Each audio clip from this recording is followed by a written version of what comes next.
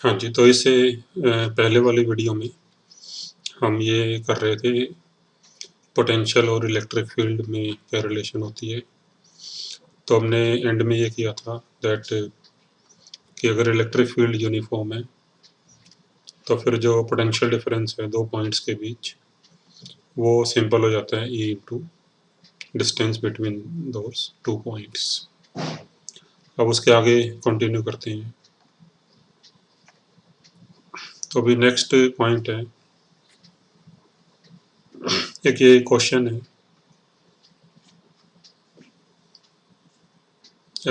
Prove that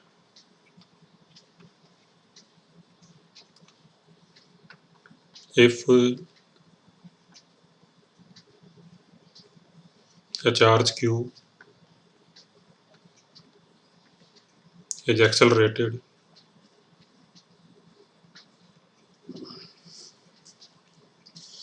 by a potential difference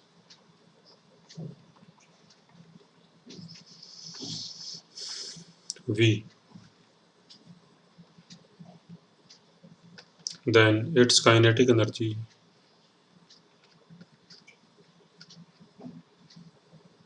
increases by q into v। तो मतलब अगर हम किसी चार्ज q को किसी पोटेंशियल डिफरेंस v से एक्सेलरेट करें तो उसकी kinetic energy q into V बढ़ जाती है। तो ये हमने प्रूव करना है। तो देखो, इसको प्रूव करने के लिए हम यूनिफॉर्म इलेक्ट्रिक फील्ड का एग्जांपल ले लेते हैं। सपोज ये किसी डायरेक्शन में एक यूनिफॉर्म इलेक्ट्रिक फील्ड है E, और एक पॉइंट है यहाँ पे, सपोज यहाँ का पोटेंशियल V1 है और एक दूसरा पॉइंट है यहाँ का पोटेंशियल V2 और दोनों के बीच में डिस्टेंस है सपोज D। तो इनका पोटेंशियल डिफरेंस हो गया V1 minus V2 and that is equal to E into D। अब सपोज अगर हम किसी चार्ज Q को यहाँ पे रख दें पॉइंट A पे, मान लो चार्ज Q, इसका मास m मान लो, तो सपोज हमने चार्ज Q को पॉइंट A पे रख के छोड़ दिया तो फिर इसकी वेलोसिटी शुरू में 0 है। अब इस इलेक्ट्रिक फील्ड की वजह से इस Q पे एक फोर्स आएगा इस तरह, और इस फोर्स की वैल्यू होगी Q इंटू E। ये फोर्स आएगा in the direction of electric field. हम Q को पॉजिटिव मान के चल रहे हैं।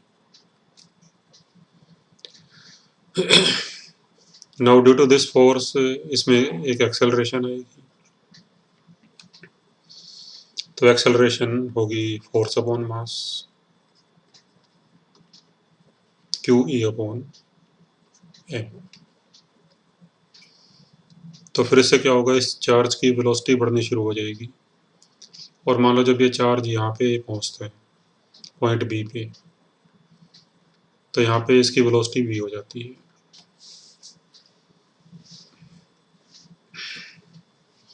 तो फिर अगर v निकालना हो तो v निकालने के लिए we can apply this equation, v square equal to u square plus 2as।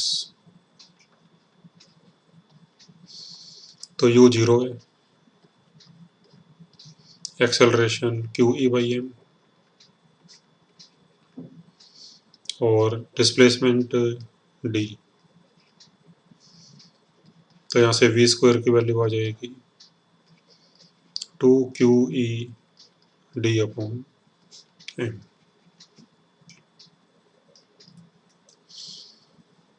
और फिर इसकी जो KE होगी यहाँ पे वो होगी हाफ m v स्क्वायर, शुरू में 0 थी और बाद में होगी हाफ m v स्क्वायर। तो what is increase in KE, so increase in K E, तो ये होगी हाफ एम वी स्क्वायर। अब वी स्क्वायर की वैल्यू पुट कर दो ये वाली यहाँ पे, तो half M into 2 Q E D upon M. M से एम कैंसिल, 2 से 2 कैंसिल, यह आएगा क्यू इंटू ई डी, और ई डी हो जाएगा potential difference V1 minus V2 equal to E D. तो मान लिया इन दोनों पॉइंट्स के बीच का पोटेंशियल डिफरेंस V है, तो V equal to E into D, तो क्या हो जाएगा ये Q into V। So increase in kinetic energy is equal to Q into V। तो भी ये प्रूव हो गया।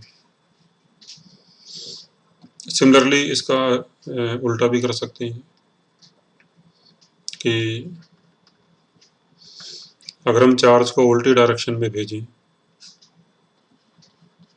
Similarly if A charge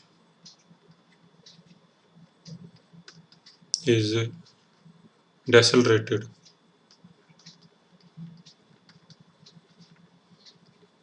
by a potential difference V,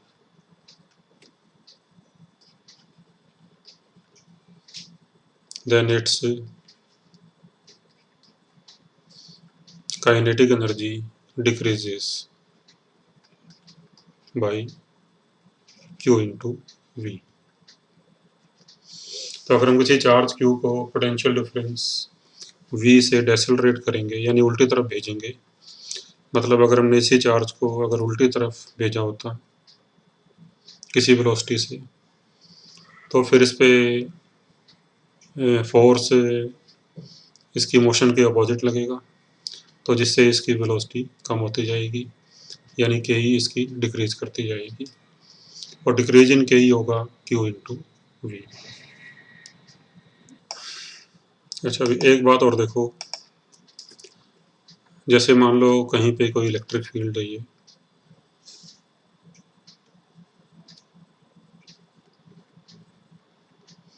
तो we know that in the direction of electric field potential decrease करते हैं। तो अगर हम एक पॉइंट यहाँ लें, एक यहाँ पे लें, यहाँ पोटेंशियल V1, यहाँ पे V2, तो V1 is greater than V2। तो अगर हम सपोज किसी पॉजिटिव चार्ज को अगर यहाँ पे छोड़ते हैं, तो पॉजिटिव चार्ज पे फोर्स लगता है in the direction of electric field. तो फिर जो पॉजिटिव चार्ज है that will tend to move from high potential to towards low potential. So a positive charge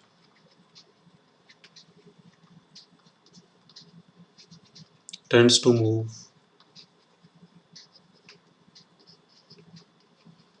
from high potential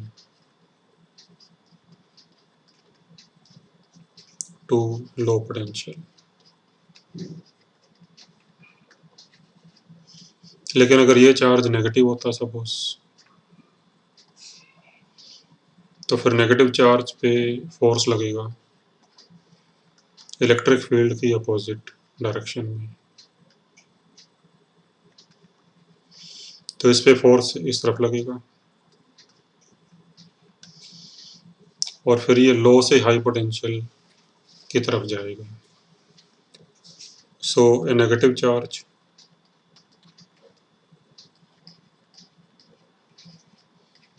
tends to move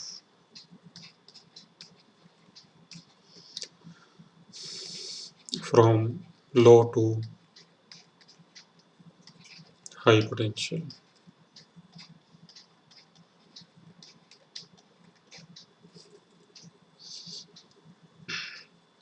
तो keep this in mind कि positive charge high से low potential की तरफ जाता है और negative charge लो से high potential की तरफ जाता है।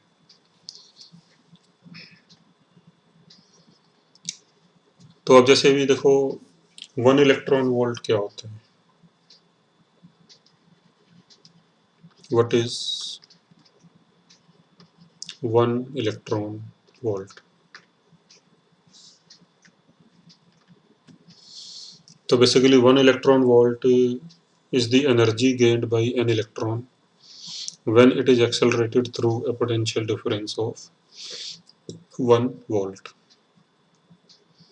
So 1 electron volt is the energy gained by an electron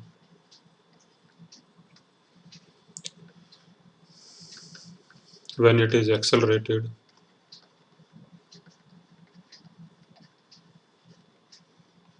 through a potential difference of 1 volt.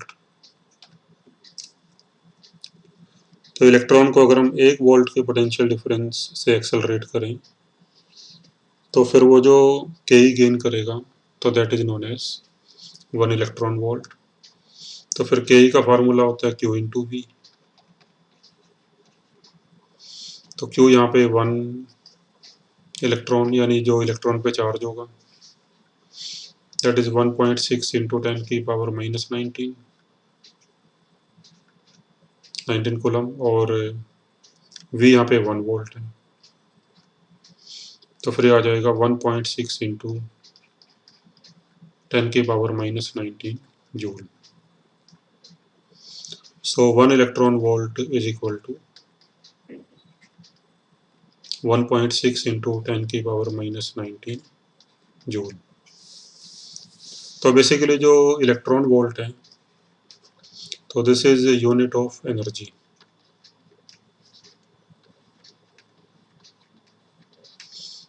और 1 इलेक्ट्रॉन वोल्ट में कितने जूल होते हैं? So 1 electron volt is equal to 1.6 into 10 की power minus 19 joule.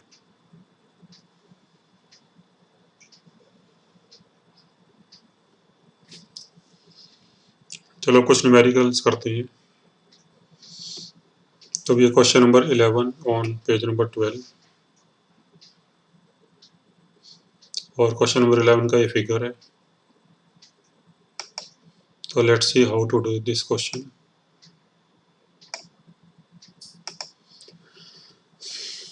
In the adjoining figure, a charge 5q is brought by an external agent from infinity to point B. तो अभी हम किसी charge को इन्फिनिटी से point B पे लेके जा रहे हैं। In this process, find the work done by external agent and by electric field. तो देखो पीछे हमने फॉर्मूला किया था कि अगर हम चार्ज को स्लोली लेके जाएं तो यहाँ पर स्लोली मान के चलेंगे कि हम चार्ज को स्लोली लेके जा रहे हैं। तो फिर जो एक्सटर्नल एजेंट का जो वर्क होता है वो होता है Q into V2 minus V1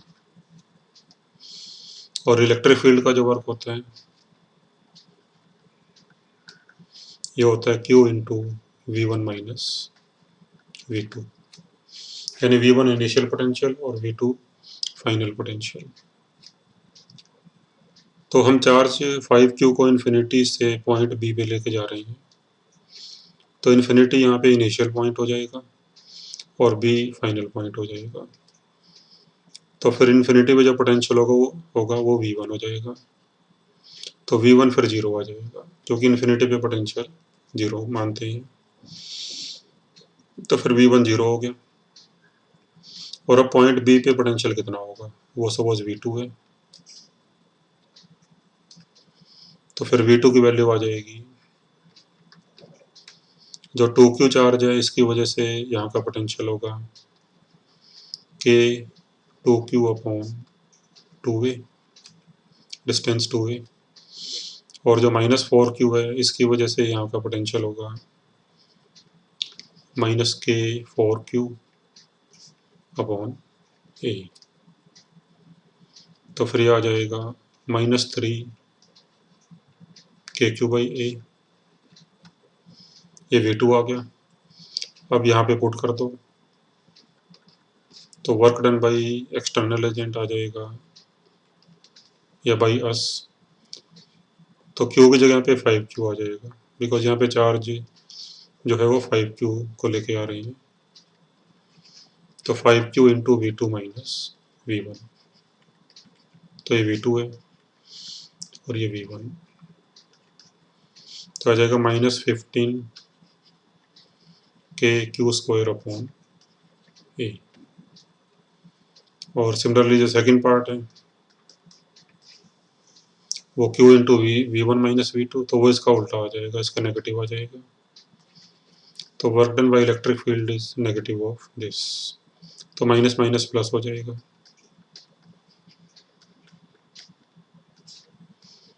तो भी आंसर आ जाएगा।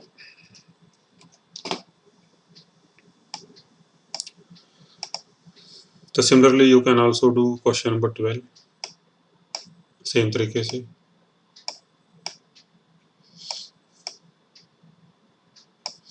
इसके बाद क्वेश्चन नंबर 13 देखोगे।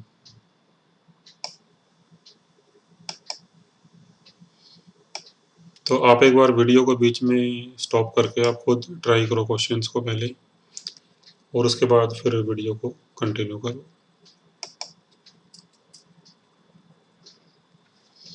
अब ये uniform electric field of 2 kilo Newton exists in positive x direction. तो भी एक्स डायरेक्शन में कोई इलेक्ट्रिक फील्ड है 2 किलो न्यूटन का पर coulomb. A point charge 3 microcoulomb initially at rest at the origin. तो मान लो ये ओरिजिन है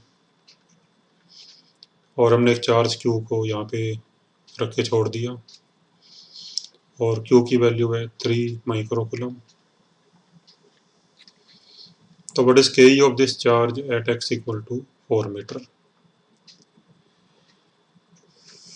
तो जब ये charge x equal to 4 metre पे पहुंचेगा तो यहाँ पर इसकी Ke कितनी होगी।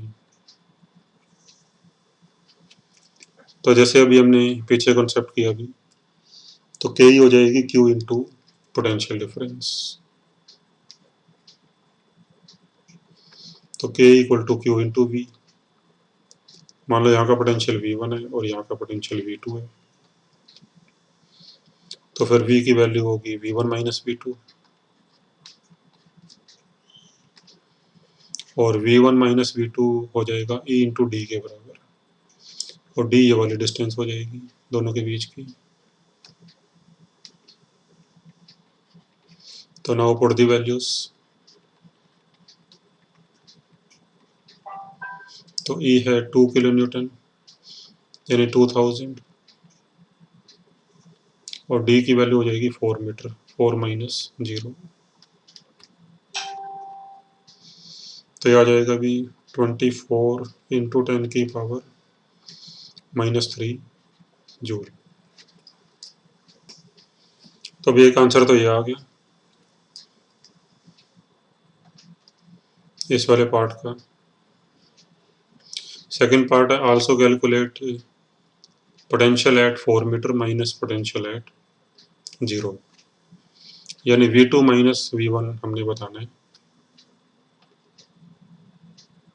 तो V at 4 metre minus V at 0 equal to V2 minus V1, और V1 माइनस V2 था E इंटू डी के बराबर, तो फिर V2 माइनस V1 हो जाएगा माइनस E इंटू डी, यानी -2000 into 4, so that is -8 into 10 की power 3 volt. So this is answer of second part. तो नेक्स्ट क्वेश्चन है भी 14th क्वेश्चन।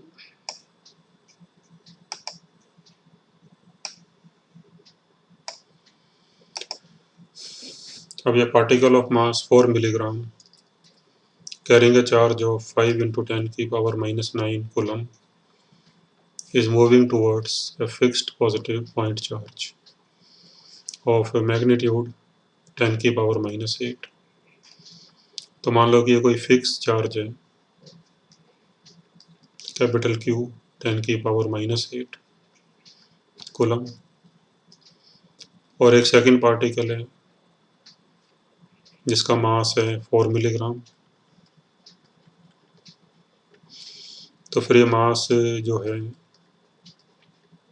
इसे किलोग्राम में कन्वर्ट करोगे तो पहले ग्राम में करो तो ये आएगा 4 × 10⁻³ ग्राम, और फिर किलोग्राम में करोगे तो 4 × 10⁻⁻6 किलोग्राम। और इसके ऊपर चार्ज है small q, that is 5 × 10⁻⁹ coulomb, and it is moving towards this charge.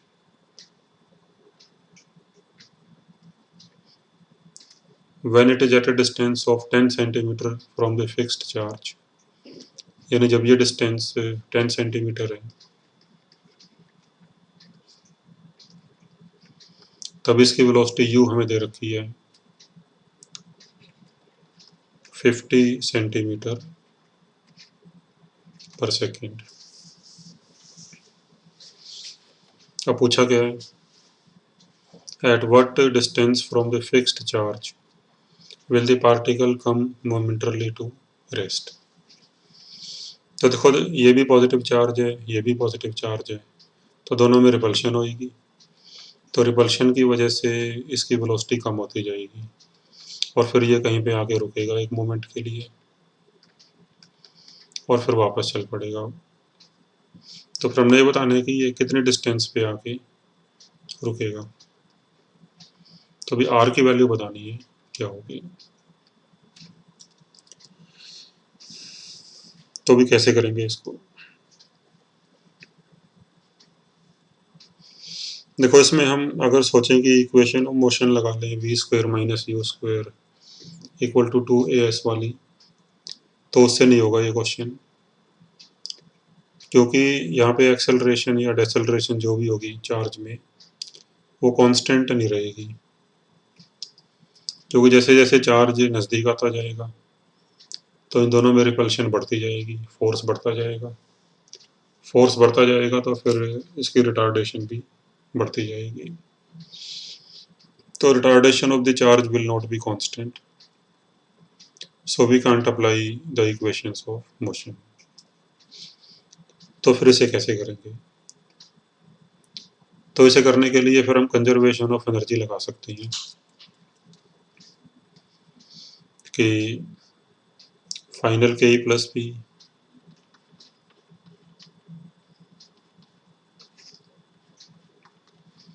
= Initial k + p।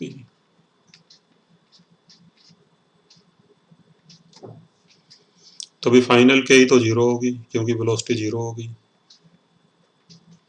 और फाइनल pe होगी, तो p का फार्मूला होता है k q1 q2/r, और इनिशियल k होगी 12m u², और इनिशियल p होगी k q1 q2 डिस्टेंस है 10 सेंटीमीटर यानी 0.1 मीटर। तो फिर यहाँ से सॉल्व करके आप r की वैल्यू निकाल सकते हो।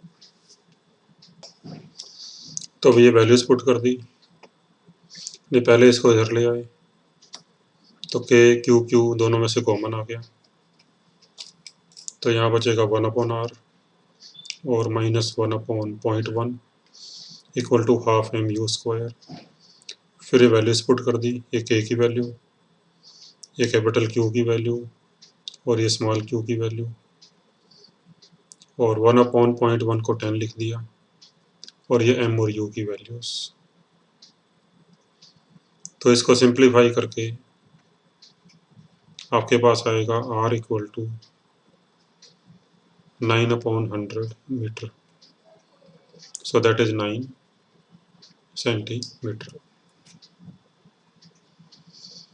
जिसके बाद question number 16,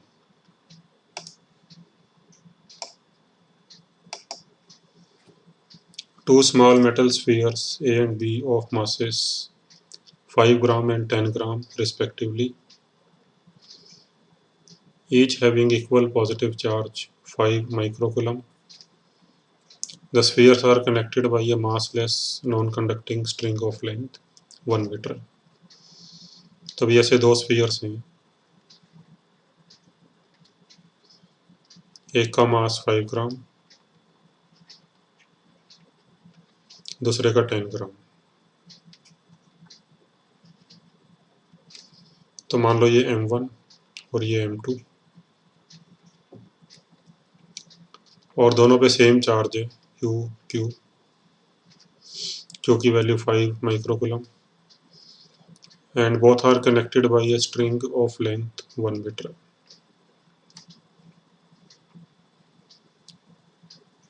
The entire system is placed on a smooth and long surface. Suppose the string is cut at certain instant. तो at that instant what is the acceleration of each sphere? तो हमने string को cut कर दिया, तो cut करने के बाद हमने बताना है इनकी एक्सेलरेशन क्या क्या होंगी, यानी कट करने के जस्ट बाद। तो देखो इनमें जो रिपल्शन का फोर्स आ रहा होगा आपस में F दोनों पे सेम फोर्स आएगा और अपोजिट डायरेक्शन में आएगा। तो इस फोर्स की वैल्यू होगी K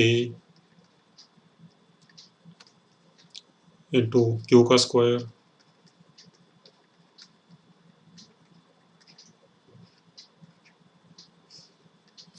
अपॉन डिस्टेंस का स्क्वायर। तो ये आ जाएगा 225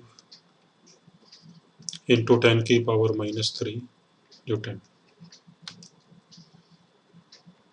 तो फिर मान लो M1 की एक्सेलरेशन A1 है और M2 की एक्सेलरेशन A2। तो A1 इस तरफ होगी और A2 इस तरफ होगी। तो फिर A1 की वैल्यू आ जाएगी F/m1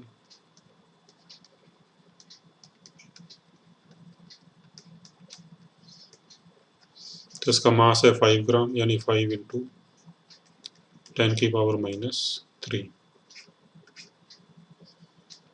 तो ये आ जाएगा भी 45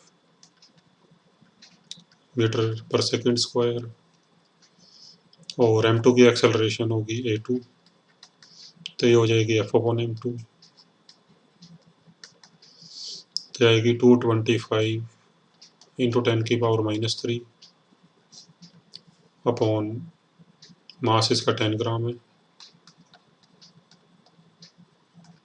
तो फिर आएगी 22.5।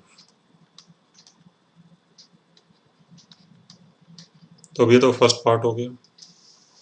अब सेकंड पार्ट क्या है, a long time after cutting the string what is the speed of each sphere. तो देखो रिपल्शन की वजह से ये स्फीयर्स एक दूसरे से दूर जाना शुरू हो जाएंगे और आफ्टर लॉन्ग टाइम मान लो M1 यहाँ पे पहुंच गया और इसकी स्पीड V1 है और M2 कुछ यहाँ पे पहुंच गया, इसकी स्पीड V2 है। तो फिर हमने V1 और V2 की वैल्यूज बतानी है क्या होंगी। तो अभी कैसे निकालेंगे इसको। तो अभी again we can't apply equation like V equal to U plus AT V square minus U square equal to 2AS। तो वो इक्वेशंस हम यहाँ पे नहीं लगा सकते क्योंकि जो फोर्स है इनके बीच में वो डिस्टेंस के साथ वेरी करता जाएगा तो एक्सेलरेशन भी वेरी करती जाएगी। तो ये जो एक्सेलरेशन हमने निकाली है ये just after cutting the string निकाली है बट उसके बाद एक्सेलरेशन चेंज होती जाएगी। तो फिर इन क्वेश्चंस में वही तरीका होता है, conservation of energy, conservation of momentum etcetera. क्योंकि इनके बीच में जो फोर्स है भी F अगर हम दोनों को मिला के एक सिस्टम ले लें तो force between these two particles तो दैट इज इंटरनल फोर्स और इंटरनल फोर्स से पूरे सिस्टम के मोमेंटम पे कोई इफेक्ट नहीं पड़ता। हाँ जी, तो हम यहाँ पे कंजर्वेशन ऑफ मोमेंटम और कंजर्वेशन ऑफ एनर्जी वगैरह लगा सकते हैं। तो अगर हम पहले अप्लाई करें कंजर्वेशन ऑफ मोमेंटम,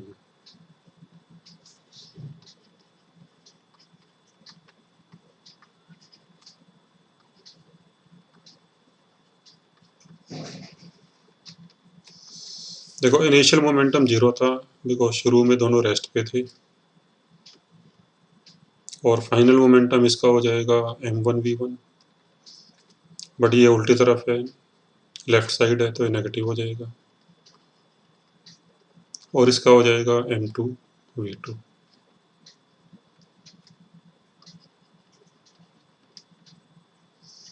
तो फिर यहाँ से आएगा m1v1 equal to m2v2। m1 की वैल्यू 5 है, m2 की वैल्यू 10, तो v1 is 2v2।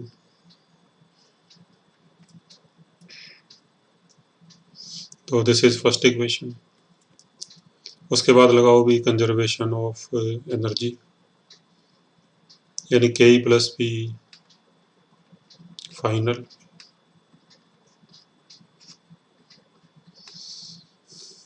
Equal to K plus P initial.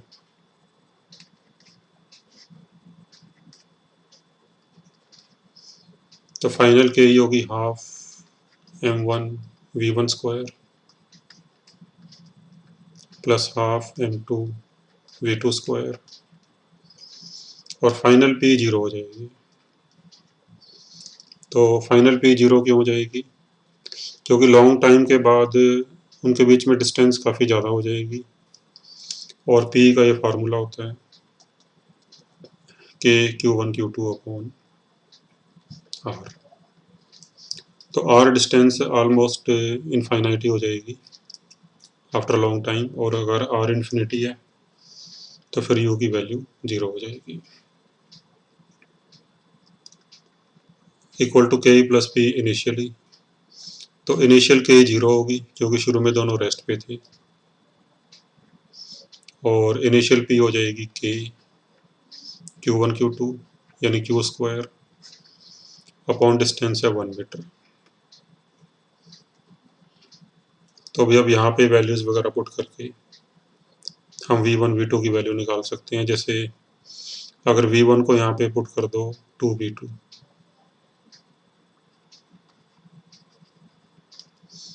तो ये आ जाएगा 4V2 का square.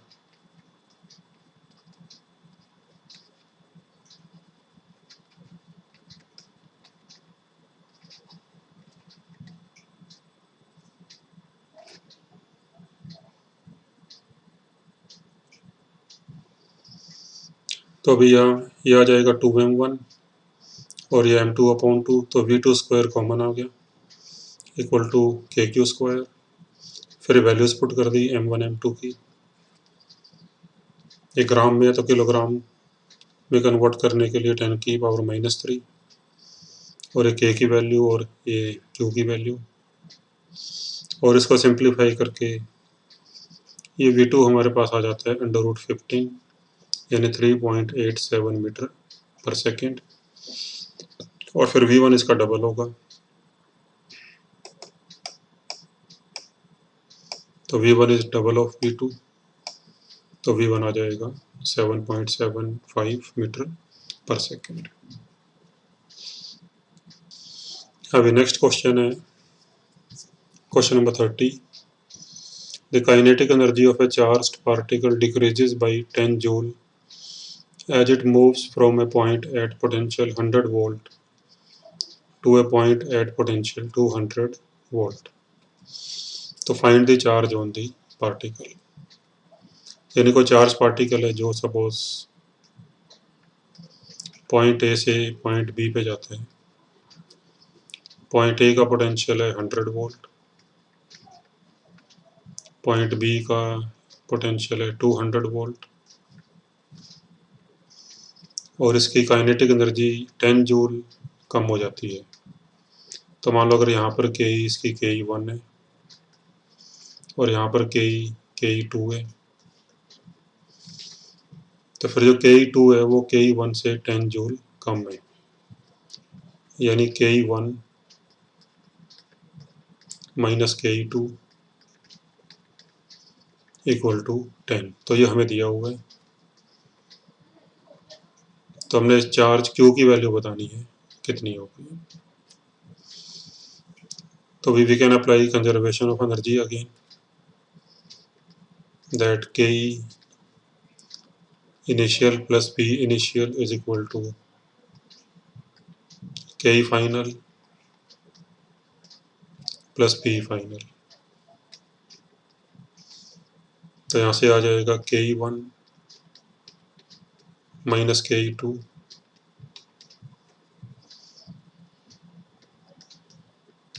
Equal to U2 minus U1। तो Ke1 माइनस Ke2 इसकी वैल्यू 10 जूल दे रखी है। U2 हो जाएगा Q इंटू V2 और U1 Q इंटू V1।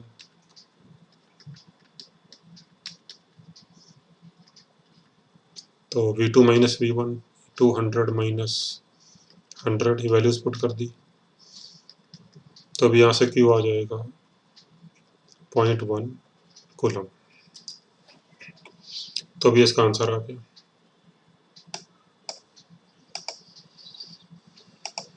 इसके बाद भी नेक्स्ट क्वेश्चन है, question number 43।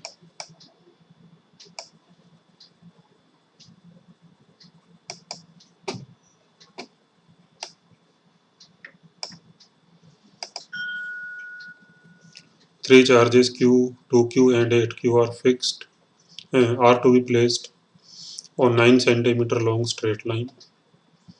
Find the positions where the charges should be placed such that potential energy of system is minimum.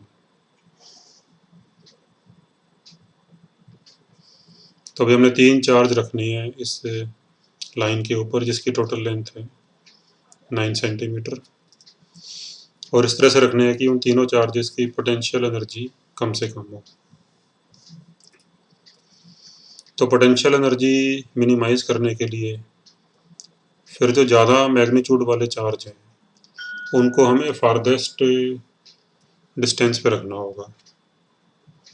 जैसे मान लो 2Q को हम यहाँ पे रख देते हैं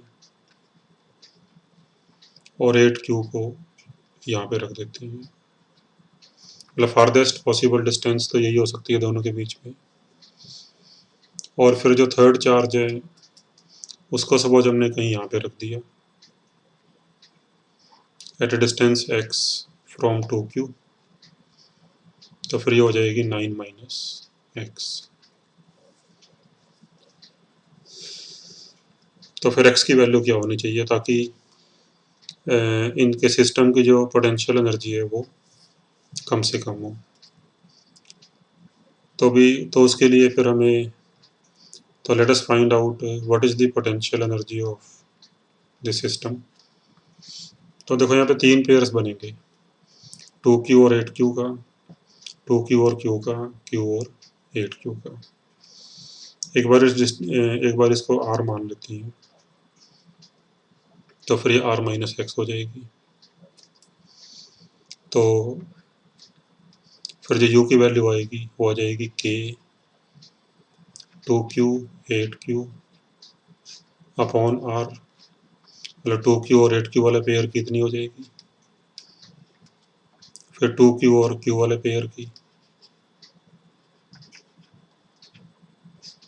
अपॉन X, और फिर Q और 8Q वाले पेयर की।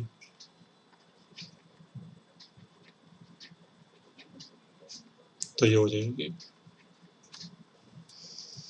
तो हमने अब इसको मिनिमाइज करना है, तो मिनिमाइज करने के लिए इसको जस्ट डिफरेंशिएट कर दो, तो du बाई dx निकाल दो। तो जो पहली टर्म है तो कांस्टेंट है, इसका 0 हो जाएगा, और सेकंड टर्म में जो है ये है 2kq स्क्वायर। तो 1 अपॉन एक्स का डिफरेंशिएशन होगा -1 upon x square,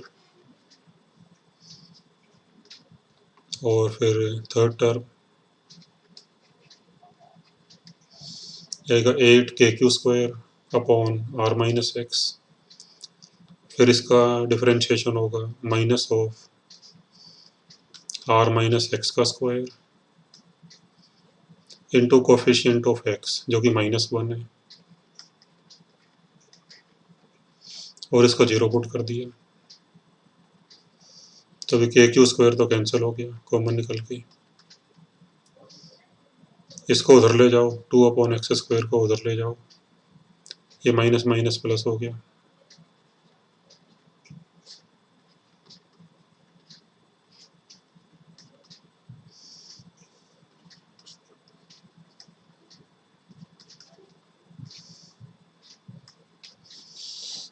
Now taking square root on both sides,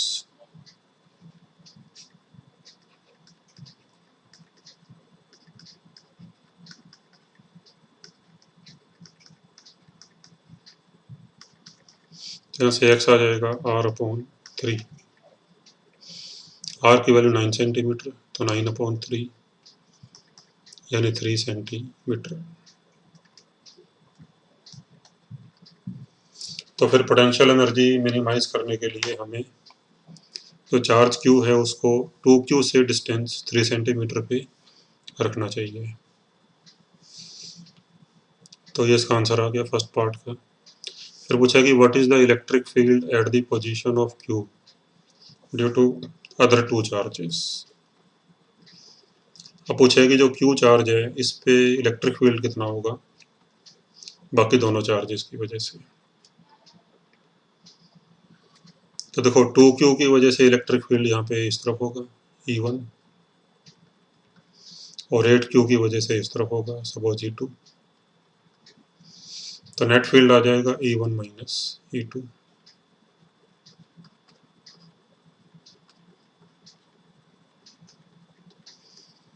तो E1 की वैल्यू आएगी K2Q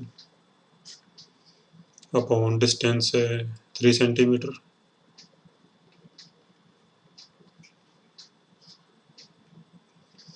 और E2 आएगा K8Q, और ये डिस्टेंस होगी 6 सेंटीमीटर।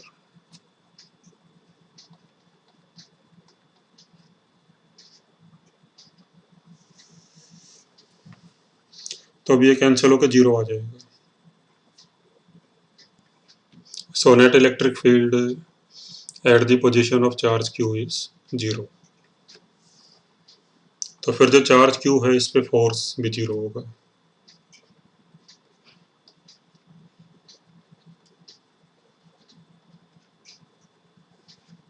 अगर यहाँ इलेक्ट्रिक फील्ड 0 है दोनों की वजह से, तो फिर इस पे चार्ज जो चार्ज Q है इस पे फोर्स भी 0 हो जाएगा। तो देखो बेसिकली ये ऑब्वियस है, जैसे force is also equal to minus du/dx। तो फोर्स का एक ये फार्मूला भी होता है। तो फिर जहाँ पे du/dx 0 होगा तो वहाँ पे फोर्स भी ऑटोमेटिकली 0 हो जाएगा। तो फिर हम ये क्वेश्चन सीधे भी कर सकते थे कि भाई पोटेंशियल एनर्जी वहाँ पे मिनिमम होगी जहाँ पे कि चार्ज Q पे नेट फोर्स 0 होगा। तो फिर हम चार्ज Q पे नेट फोर्स 0 करके भी हम ये आंसर अपना निकाल सकते हैं।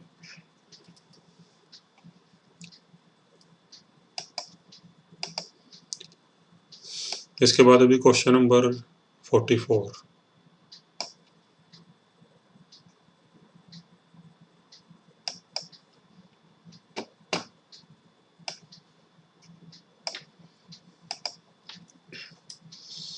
अभी a positive charge Q is fixed at point P।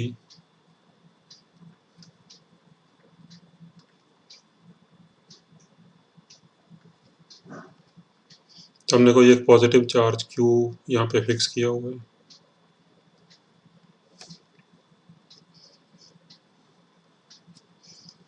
and a second particle of mass m and charge minus Q is moving at a constant speed in a circle of radius r1। और कोई एक दूसरा charge है जिसका मास m है और charge minus Q है इस पे, और ये इसके चारों तरफ घूम रहे हैं, minus Q charge plus Q के चारों तरफ सर्कल में ये घूम रहा है। तो derive an expression for the work W that must be done by an external agent on the second particle to increase the radius to R2। तो अभी हमने जो ये फर्स्ट पार्टिकल है इसकी रेडियस को बढ़ा के R2 कर लें, तो कितना वर्क हमें करना पड़ेगा इसके लिए।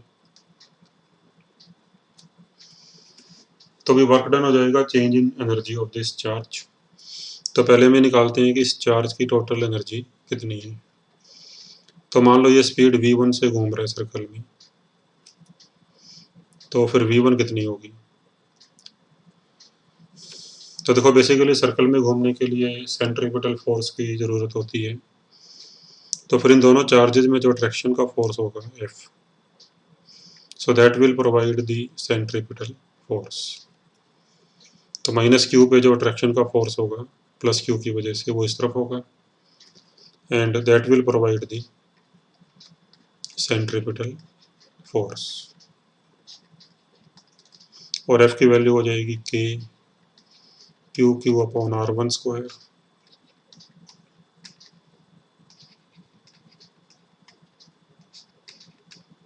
तो भी यहाँ से हमारे पास V1 की वैल्यू आ जाएगी।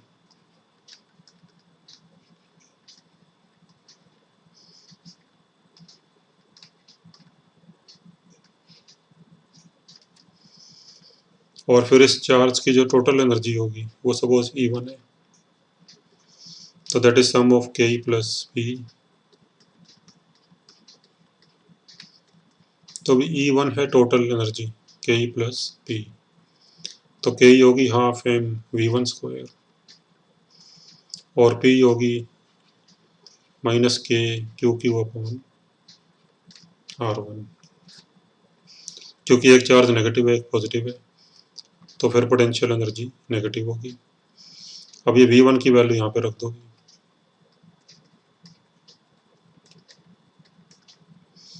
तो आएगा हाफ m V1 का square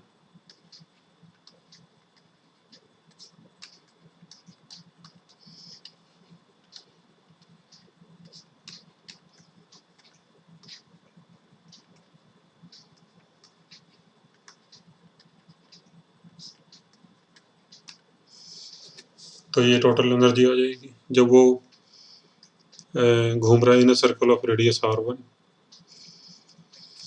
so this is total energy.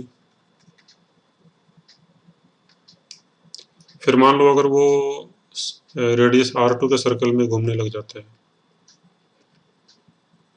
किसी स्पीड V2 से, तो फिर इसकी जो फाइनल एनर्जी आएगी सेम तरीके से करेंगे। तो बस यहाँ पे R1 की जगह पे R2 आ जाएगा, बाकी सारा तो सेम ही है।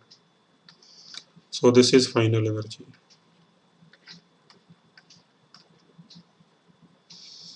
और फिर जो वर्क डन हो जाएगा वो हो जाएगा चेंज इन एनर्जी, यानी जो भी हम वर्क करेंगे वो इसकी एनर्जी के फॉर्म में चला जाएगा। तो work done is equal to final energy minus initial energy. तो ये वैल्यूज पुट कर दो, तो उसके बाद आपका ये आंसर आ जाएगा।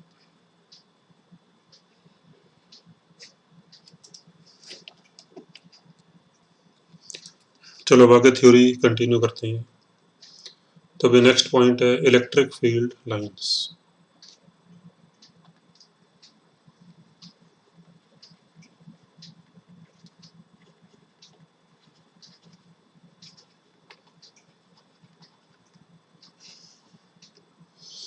तो अभी what are electric field lines. तो बेसिकली जैसे मान लो हमारे पास कुछ चार्ज पार्टिकल्स रखे हुए हैं इधर उधर, तो वो चार्ज पार्टिकल्स अपना अपना फील्ड प्रोड्यूस कर रहे होंगे, और फिर किसी पॉइंट पे जो नेट फील्ड होगा वो उन सब का वेक्टर सम हो जाएगा। तो इस तरह से डिफरेंट पॉइंट्स पे फील्ड डिफरेंट होगा, कहीं पे फील्ड ज़्यादा होगा कहीं पे फील्ड कम होगा। डायरेक्शन ऑफ फील्ड भी डिफरेंट पॉइंट्स पे डिफरेंट हो सकती है। तो बेसिकली फिर वो जो चार्जेज हैं वो अपने आसपास किस तरह का इलेक्ट्रिक फील्ड प्रोड्यूस करेंगे, क्या पैटर्न होगा इलेक्ट्रिक फील्ड का, तो उसको विजुअलाइज करने के लिए we draw some lines around the charge particles. तो उन लाइंस को बोलते हैं electric field lines, and this concept was given by Faraday.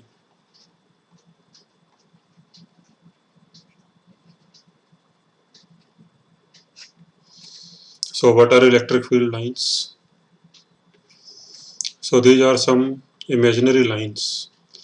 मतलब जो इलेक्ट्रिक फील्ड लाइंस है वो इमेजिनरी लाइंस होती हैं, वो रियल में एग्जिस्ट नहीं करती।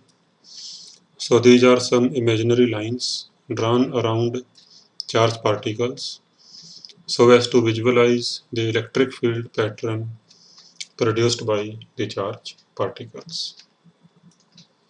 इसके बाद अभी properties of electric field lines.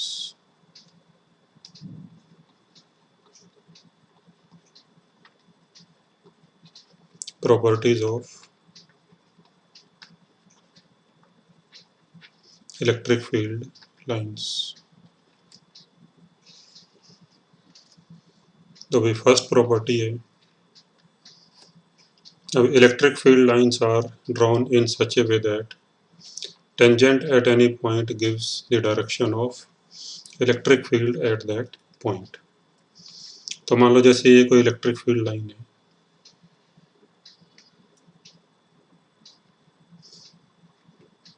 तो फिर अगर हम किसी पॉइंट पे टेंजेंट डालें तो that tangent will give us the direction of electric field at that point. तो यहाँ पे टेंजेंट कुछ इस तरफ हो जाएगा,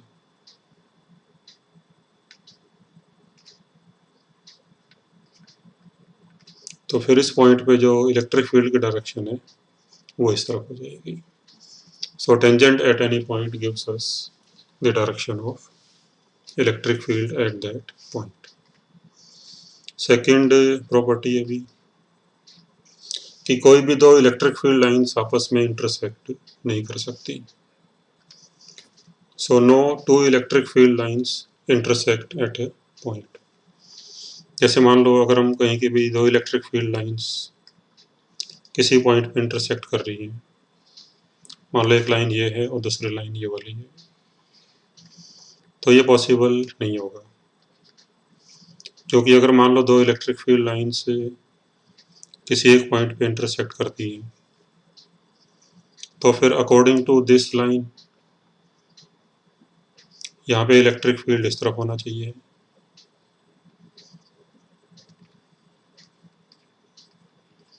and according to this line यहाँ इस पॉइंट पे इलेक्ट्रिक फील्ड इस तरफ होना चाहिए। बट किसी एक पॉइंट पे इलेक्ट्रिक फील्ड की एक ही डायरेक्शन पॉसिबल है, तो दो डायरेक्शन किसी एक पॉइंट पे नहीं हो सकती। तो फिर इसीलिए दो इलेक्ट्रिक फील्ड लाइन आपस में इंटरसेक्ट नहीं कर सकती, बिकॉज अगर ऐसा करेंगी तो फिर एक ही पॉइंट पे इलेक्ट्रिक फील्ड की दो डायरेक्शन हो जाएंगी, जो कि पॉसिबल नहीं है। इसके बाद थर्ड पॉइंट है भी, electric field lines start from positive charge and terminate at negative charge. Electric field lines start at positive charge and terminate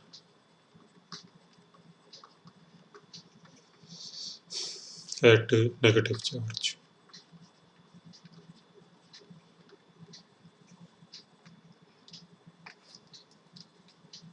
यानी जैसे मान लो अगर हमारे पास कोई एक सिंगल पॉजिटिव चार्ज है,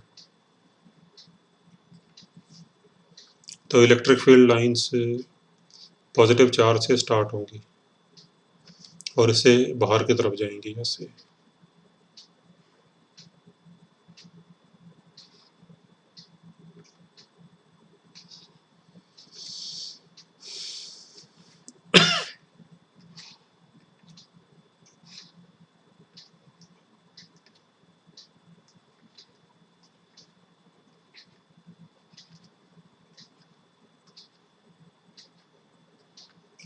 और अगर नेगेटिव चार्ज है मान लो, तो electric field lines negative charge पे टर्मिनेट होंगी, यानी नेगेटिव चार्ज की तरफ आएंगी।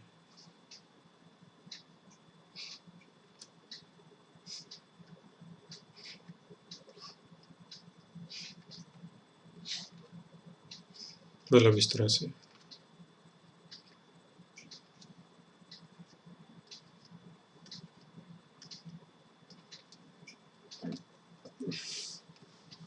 But in between they are continuous. But in between these are continuous.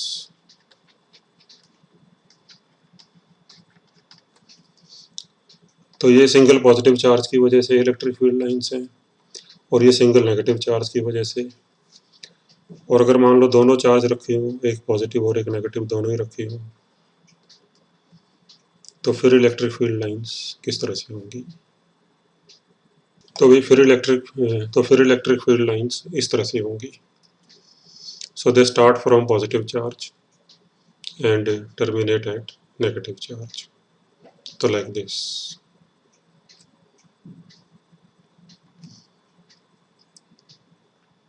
यानी कि इस पॉइंट पे इलेक्ट्रिक फील्ड की डायरेक्शन इस तरफ होगी।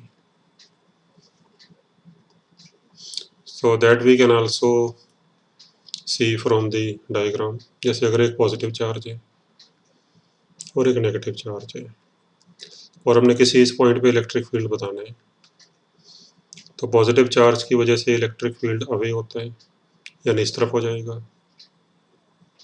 और नेगेटिव चार्ज की वजह से इलेक्ट्रिक फील्ड नेगेटिव चार्ज की तरफ होता है, तो इस तरफ हो जाएगा, और दोनों का रिजल्टेंट कुछ इस तरफ आएगा,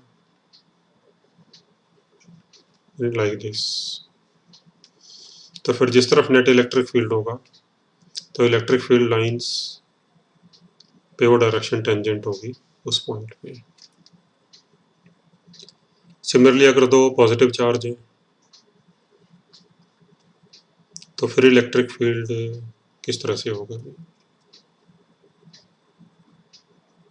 तो फिर इलेक्ट्रिक फील्ड देखो, मान लो अगर दो पॉजिटिव चार्ज हैं, तो फिर किसी पॉइंट पे इलेक्ट्रिक फील्ड अगर निकालना है, तो इस चार्ज की वजह से इस तरफ होगा और इसकी वजह से इस तरफ होगा, तो नेट दोनों का रिजल्टेंट कुछ ऐसे आ जाएगा। तो फिर जो फील्ड लाइंस है वो कुछ ऐसे हो जाएंगी, लाइक दिस।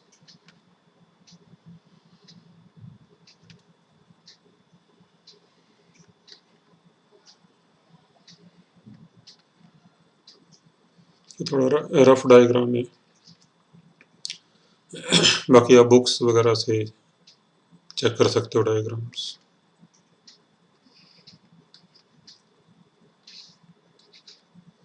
अब क्योंकि दोनों चार्जेस पॉजिटिव हैं, तो दोनों से इलेक्ट्रिक फील्ड लाइंस बाहर ही आएंगी।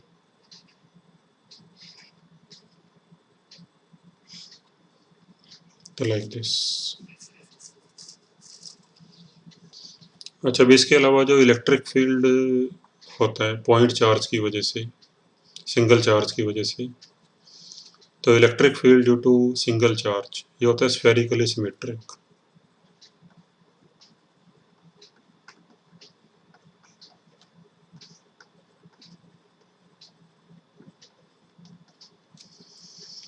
और जो इलेक्ट्रिक फील्ड आएगा दो चार्जेस की वजह से, मतलब दोनों एक पॉजिटिव एक नेगेटिव या दोनों पॉजिटिव, तो इनकी वजह से जो इलेक्ट्रिक फील्ड का पैटर्न आएगा, तो उसको बोलते हैं सिलेंड्रिकली सिमेट्रिक।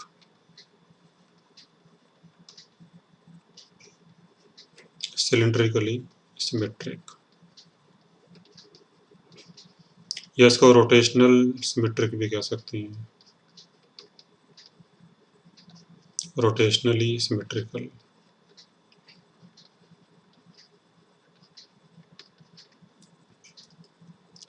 इसके बाद में नेक्स्ट पॉइंट है कि electric field lines do not form a closed loop.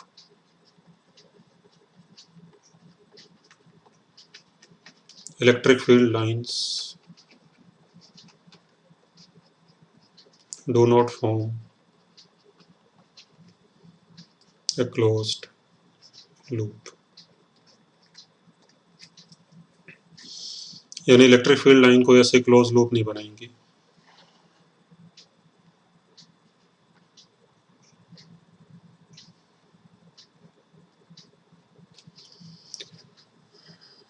क्योंकि इलेक्ट्रिक फील्ड लाइन जो है वो पॉजिटिव चार्ज से स्टार्ट होती है और नेगेटिव चार्ज से पे आके ख़त्म होती है।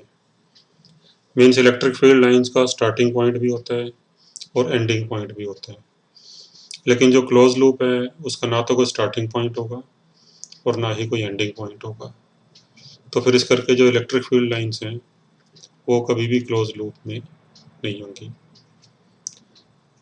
हम इसको इस तरह से भी देख सकते हैं कि अगर मान लो इलेक्ट्रिक फील्ड लाइंस अगर मान लो क्लोज लूप में होती है और फिर हम अगर किसी पॉइंट से स्टार्ट करें, मान लो यहाँ पे कुछ पोटेंशियल V1 है and we know that in the direction of electric field potential decrease करता है।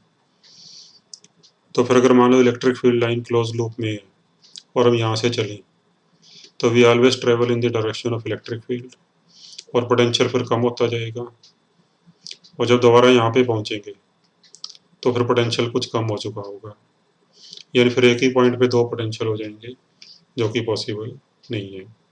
एक पॉइंट पे तो एक ही पोटेंशियल हो सकता है। So electric field lines do not form closed loop.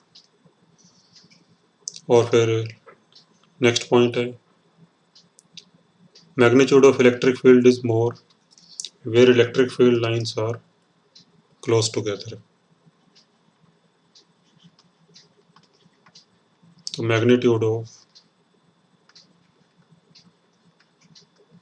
electric field is more if electric field lines are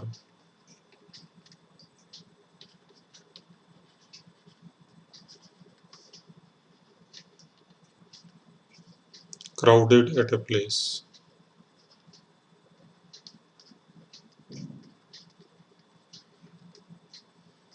जैसे मान लो कहीं पे इलेक्ट्रिक फील्ड लाइंस कुछ इस तरह से दी हुई है,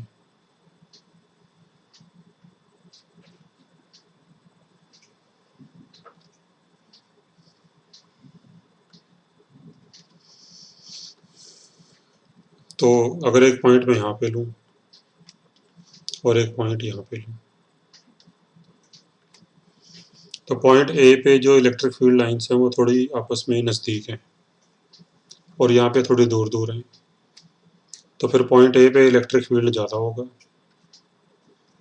इन comparison to electric field at point B. Similarly अगर मान लो ये इलेक्ट्रिक फील्ड लाइन ऐसे होती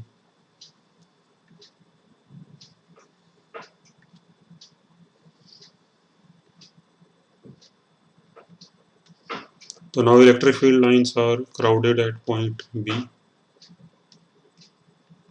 तो फिर अब पॉइंट बी पे इलेक्ट्रिक फील्ड ए से ज़्यादा होगा।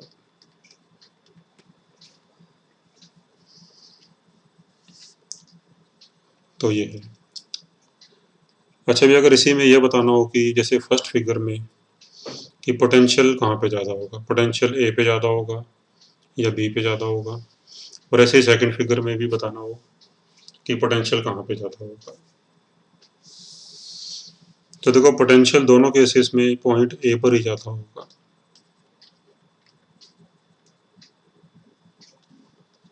तो थिंक वाई, अभी ऐसा क्यों? तो पोटेंशियल दोनों पॉइंट्स दोनों फिगर्स में पॉइंट ए पर ही ज़्यादा होगा। उसका रीज़न ये है कि इलेक्ट्रिक फील्ड की डायरेक्शन में पोटेंशियल डिक्रीज करता है। तो इन दोनों फिगर में ही ए से इलेक्ट्रिक फील्ड ए से बी की तरफ ही है और यहाँ भी इलेक्ट्रिक फील्ड ए से बी की तरफ है। तो फिर दोनों ही केसेस में इलेक्ट्रिक फील्ड की डायरेक्शन में जैसे पोटेंशियल डिक्रीज करते हैं तो फिर पॉइंट बी पे जो पोटेंशियल है वो ए से दोनों ही केसेस में कम होगा। तो अब इसके बाद नेक्स्ट पॉइंट है इक्विपोटेंशियल सरफेस। तो भाई what is an equipotential surface? So it is the surface potential at every point of which is same. तो जैसे मान लो ये कोई सरफेस है और ये एक इक्विपोटेंशियल सरफेस है, तो फिर इसके हर पॉइंट पे पोटेंशियल सेम होगा। तो अगर मैं 2-3 पॉइंट्स इस पे ले लूँ तो पोटेंशियल इसके हर पॉइंट पे सेम होगा, यानी V A equal to V B equal to V C. तो अभी नेक्स्ट पॉइंट है, no work is done by electric field in moving a charge from one point of equipotential surface to other point।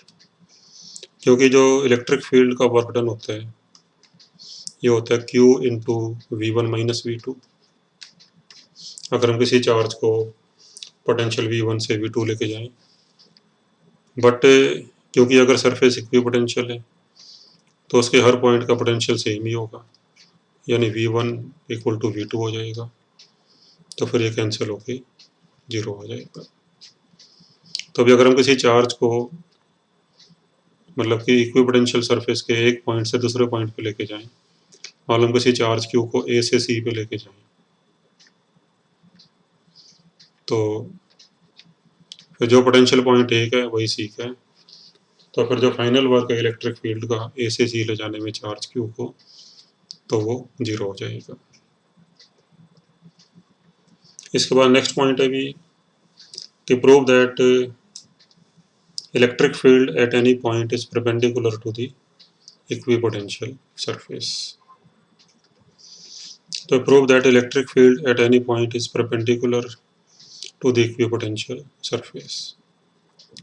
तो मान लो जैसे ये कोई equipotential surface है और हमने प्रूव करना है कि किसी इस पॉइंट पे इलेक्ट्रिक फील्ड जो होगा वो इस सरफेस के परपेंडिकुलर होगा।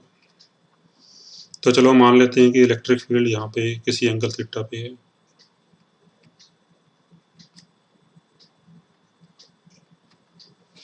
और फिर अगर सपोज हम किसी चार्ज Q को यहाँ पे रख के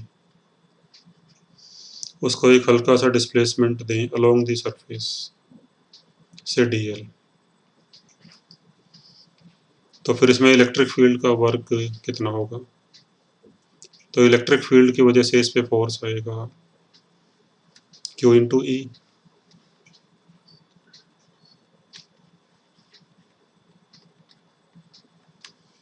और फिर जो वर्क होगा स्मॉल डिस्प्लेसमेंट के लिए इलेक्ट्रिक फील्ड का, तो वो हो जाएगा F डॉट dl। F की वैल्यू पुट कर दो,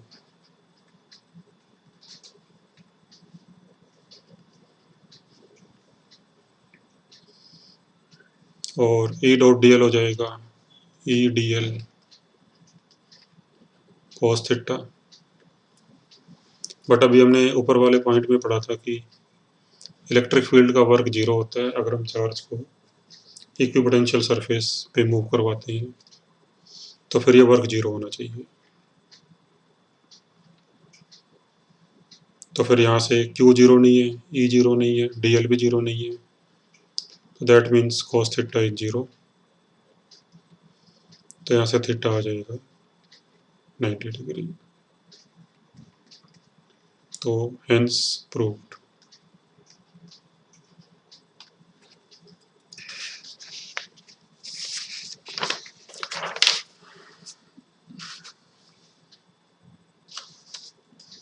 तो इसको हम जैसे यहाँ पे देख सकते हैं, जैसे मान लो अगर कोई एक हम पॉइंट चार्ज लें,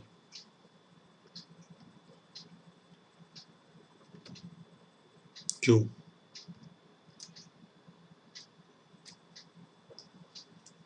से पॉजिटिव चार्ज है, तो इसकी वजह से जो इक्विपोटेंशियल सरफेस होंगे वो इस तरह से हो जाएंगे।